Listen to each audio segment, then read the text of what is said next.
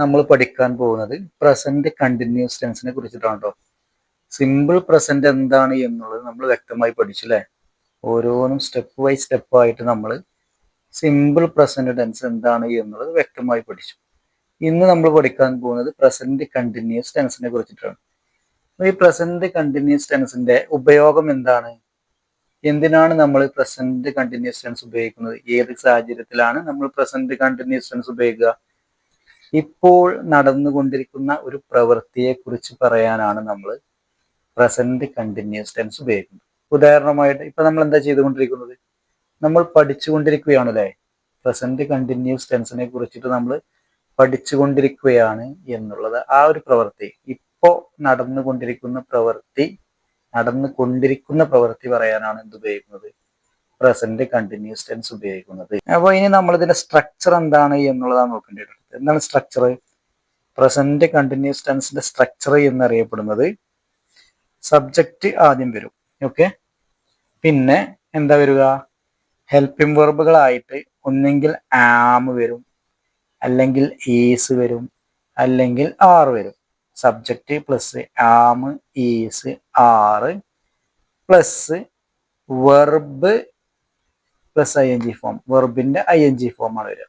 Subject plus am, is, are plus വെർബിന്റെ I N G form, വെർബിന്റെ I N G form ആണ്, I N G form of the verb. എന്താണ് ഈ present continuous ടെൻസിന്റെ structure? Subject plus am, is, are plus I N G form of the verb, വെർബിന്റെ I N G form, വെർബിനോട് കൂടിയിട്ട് I N G ചേർന്നിട്ടുള്ള രൂപമാണ് present continuous ടെൻസിൽ verb ആയിട്ട് വരിക.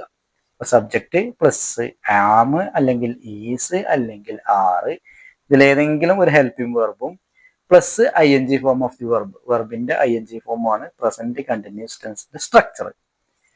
അപ്പോൾ ഈ ആം എവിടെയാണ് ഉപയോഗിക്കുക? ആം എന്നുള്ള ഓക്സിലറി ഉപയോഗിക്കുന്നത് അഥവാ ഹെൽപ്പിംഗ് വെർബ് ഉപയോഗിക്കുന്നത് ഐ എന്ന സബ്ജക്റ്റിന്റെ കൂടെയാണ്. ഐ എന്ന സബ്ജക്റ്റിന്റെ കൂടെ മാത്രമാണ് പ്രസന്റ് കണ്ടിന്യൂസ് ടെൻസിൽ എന്ത് ഉപയോഗിക്കുന്നത്, ആം ഉപയോഗിക്കുന്നത്. പിന്നെ ഈസ് എവിടെയാണ് ഉപയോഗിക്കുക?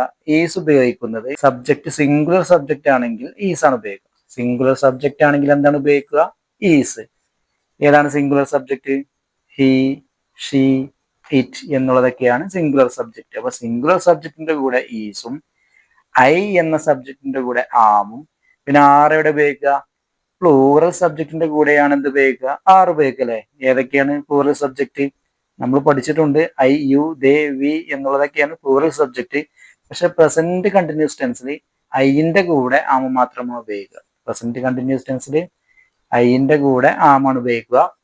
ബാക്കി യു, ദേ, വി എന്നുള്ളതിന്റെ കൂടെയൊക്കെ എന്താ ഉപയോഗിക്കുക? ആറ്. അപ്പൊ ഐ ഉപയോഗിക്കുന്നത് ആമിന്റെ കൂടെയും ഈസ് ഉപയോഗിക്കുന്നത് സിംഗുലർ സബ്ജക്റ്റ് ആയ ഹി, ഷീ, ഇറ്റിന്റെ കൂടെയും ആർ ഉപയോഗിക്കുന്നത് യു, ദേ, വി എന്നുള്ളതിന്റെ കൂടെയൊക്കെയാണല്ലേ, പ്ലൂറൽ സബ്ജക്റ്റിന്റെ കൂടെയാണ് ആർ ഉപയോഗിക്കുന്നത്. ഇതാണ് ബേസിക് ആയിട്ട് നമുക്ക് പ്രസന്റ് കണ്ടിന്യൂസ് ടെൻസിനെ കുറിച്ചിട്ട് മനസ്സിലാക്കേണ്ടത്. പ്രസന്റ് കണ്ടിന്യൂസ് ടെൻസിലുള്ള കുറച്ച് സെന്റൻസുകൾ നമുക്ക് നോക്കാം. ഉദാഹരണമായിട്ട് I am reading, I am reading a book, ഞാനൊരു ബുക്ക് വായിക്കുകയാണ്. ഞാനൊരു ബുക്ക് വായിക്കുകയാണ് എന്നുള്ളതിന് എന്താണ് ഇവിടെ ചെയ്തത്? ഐ എന്നുള്ള സബ്ജക്റ്റ് വന്നത് കൊണ്ട് ആം ആണ് വന്നത് അല്ലേ. അതിനോട് കൂടിയിട്ട് എന്താണ് ഉപയോഗിക്കേണ്ടത്? ആം. പിന്നെ റീഡിന്റെ ഐ എൻ ജി ഫോം ഉപയോഗിച്ചു, റീഡിങ്, ഐ ആം റീഡിങ്, ഞാൻ വായിച്ചുകൊണ്ടിരിക്കുകയാണ്. എന്താണ് വായിച്ചുകൊണ്ടിരിക്കുന്നത്? എ ബുക്ക്, ഒരു പുസ്തകം വായിച്ചുകൊണ്ടിരിക്കുകയാണ്. ഓക്കെ. അപ്പോൾ ഐ എന്നുള്ള സബ്ജക്റ്റ് എന്തുകൊണ്ട് ആം എന്നുള്ള ഓക്സിലറി ആണ് വന്നത്. ഷീ ഈസ് ടീച്ചിങ്, ഷീ എന്നുള്ള സബ്ജക്റ്റ് സിംഗുലർ ആയതുകൊണ്ട് ഈസ് എന്നുള്ളതാണ് വന്നത് അല്ലേ.